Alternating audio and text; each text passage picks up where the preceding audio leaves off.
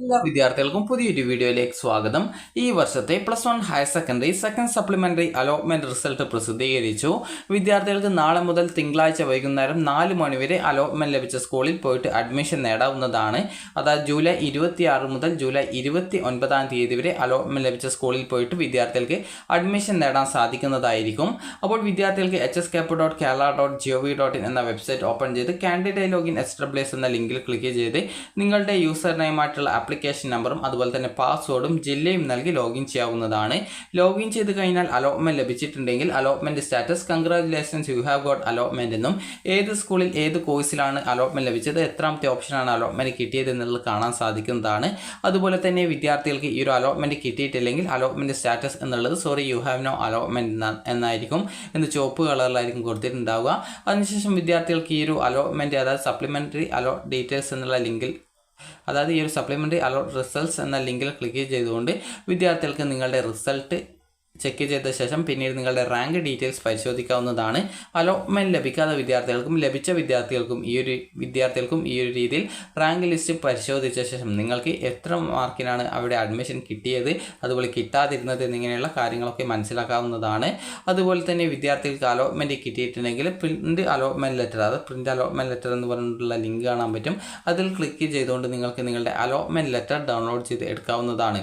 അപ്പോൾ ഈ ഒരു അലോട്ട്മെൻറ്റ് ലെറ്ററും അതുപോലെ തന്നെ നിങ്ങളുടെ SSLC സർട്ടിഫിക്കറ്റ്, TC, സ്വഭാവ certificate, bonus point certificate, tie break സർട്ടിഫിക്കറ്റുകൾ, അതുപോലെ വല്ല റിസർവേഷനുകൾ ഉണ്ടെങ്കിൽ ആ റിസർവേഷൻ തെളിയിക്കാൻ ആവശ്യമായിട്ടുള്ള സർട്ടിഫിക്കറ്റുകൾ, അതുപോലെ തന്നെ നിങ്ങൾക്ക് ഫീസ് ആനുകൂല്യമുണ്ടെങ്കിൽ ഇൻകം സർട്ടിഫിക്കറ്റ് എന്നിവ കൂടി കൊണ്ടുപോകേണ്ടതാണ്. അതുപോലെ തന്നെ നിങ്ങളുടെ ഒരു ഫോട്ടോയും അതുപോലെ തന്നെ ആധാർ കാർഡിൻ്റെ ഒരു കോപ്പി കൂടി കയ്യിൽ കരുതാനായിട്ട് ശ്രദ്ധിക്കുക. അതുപോലെ തന്നെ വിദ്യാർത്ഥികൾ ഈ ഒരു ഫീസ് കൂടി കയ്യിൽ കരുതേണ്ടതാണ്. ഫീസ് എന്ന് പറയുമ്പോൾ ഏകദേശം ഒരു കോഴ്സിന് നിങ്ങൾക്ക് ലഭിച്ച കോഴ്സ് അനുസരിച്ച് ഏകദേശം ഒരു 1500 രൂപ വരെ ഫീസ് വന്നേക്കാം.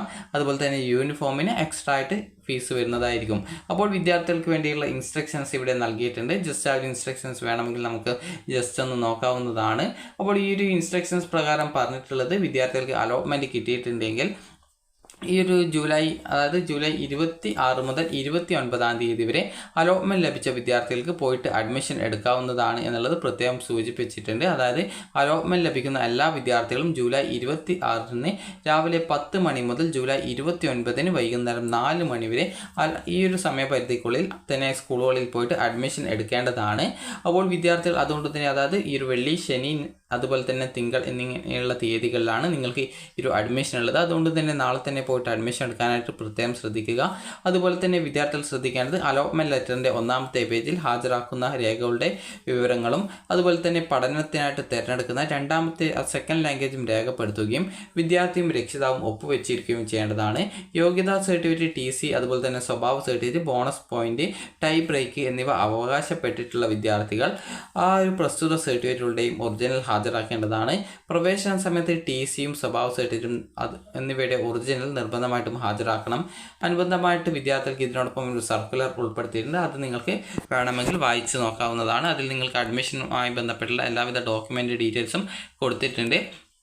അതുപോലെ തന്നെ വിദ്യാർത്ഥികൾക്ക് ഏകജാല സംവിധാനത്തിൽ 1ാം സപ്ലിമെൻ്ററി അലോട്ട്മെൻറ്റിൽ അപേക്ഷിച്ചിട്ടും അലോട്ട്മെൻറ്റ് കിട്ടാതിരുന്ന വിദ്യാർത്ഥികൾക്കും അലോട്ട്മെൻറ്റ് ലഭിച്ചിട്ടും അപേക്ഷയിലെ പിഴവുകൾ കാരണം പ്രവേശനം നിരാകരിക്കപ്പെട്ടവർക്കും സപ്ലിമെൻ്ററി അലോട്ട്മെൻറ്റിൽ അപേക്ഷകളുടെ കൺഫർമേഷൻ പൂർത്തിയാകാതിരുന്നവർക്കും 2ാം സപ്ലിമെൻ്ററി അലോട്ട്മെൻറ്റിന് അപേക്ഷിക്കാൻ ഈ ഒരു 2024 ജൂലൈ 23 തീയതി വൈകുന്നേരം 5 മണി വരെ നിങ്ങൾക്ക് അവസരം നൽകിയിട്ടുണ്ടായിരുന്നു. 2ാം സപ്ലിമെൻ്ററി അലോട്ട്മെൻറ്റിനായിട്ട് ആകെ ഉണ്ടായിരുന്ന 33,849 വേക്കൻസിയിൽ പരിഗണിക്കുന്നതിനായിട്ട് ലഭിച്ച 12,685 അപേക്ഷകളാണ് ലഭിച്ചിട്ടുണ്ടായിരുന്നത്. അതായത് ഏകദേശം കുറേ വേക്കൻസി കാണുന്നുണ്ട്. കാരണം 33,849 വേക്കൻസിയാണുള്ളത്. എന്നാൽ അപേക്ഷ ലഭിച്ചത് ആകെ 12,685 അപേക്ഷകളാണ്. അപ്പോൾ ഇതിൽ 12,041 അപേക്ഷകൾ അലോട്ട്മെൻറ്റിനായിട്ട് പരിഗണിക്കുകയുണ്ടായി. ഓപ്ഷൻ ഇല്ലാത്തതും മറ്റ് കാരണങ്ങളാൽ അർഹതയില്ലാത്തതുമായിട്ടുള്ള 644 അപേക്ഷകൾ സപ്ലിമെൻ്ററി അലോട്ട്മെൻറ്റിന് പരിഗണിച്ചിട്ടില്ല. സംവരണ തത്വം അനുസരിച്ച് നിലവിൽ ഉണ്ടായിരുന്ന വേക്കൻസി ജില്ല ഒരു യൂണിറ്റായി പരിഗണിച്ച് വിവിധ കാറ്റഗറി സീറ്റുകളായി അലോട്ട്മെൻറ്റിന് പരിഗണിച്ചിട്ടുള്ളത്.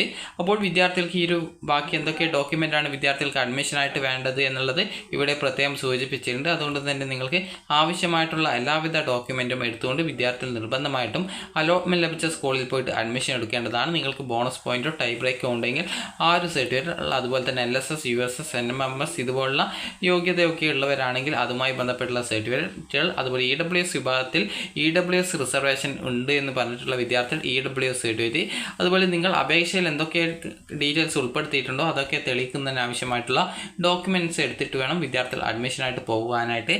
അപ്പോൾ വിദ്യാർത്ഥികൾക്ക് ഈ ഒരു വീഡിയോ ഉപകാരപ്രദമായിട്ടുണ്ടെങ്കിൽ ലൈക്ക് ചെയ്യുക. അതുപോലെ തന്നെ അലോട്ട്മെൻറ്റ് ലഭിച്ച വിദ്യാർത്ഥികൾ നിർബന്ധമായിട്ടും അലോട്ട്മെൻറ്റ് ലഭിച്ച സ്കൂളിൽ പോയിട്ട് ജോയിൻ ചെയ്യുക. കാരണം സെക്കൻഡ് ട്രാൻസ്ഫർ വരുന്നുണ്ട്, അതിന് നിങ്ങൾക്ക് അപ്ലൈ ചെയ്യാൻ സാധിക്കുന്നതാണ്. അഡ്മിഷൻ നേടുന്ന വിദ്യാർത്ഥികൾക്ക് മാത്രമാണ് ഈ ഒരു ട്രാൻസ്ഫറിന് അപ്ലൈ ചെയ്യാനായിട്ട് സാധിക്കുക.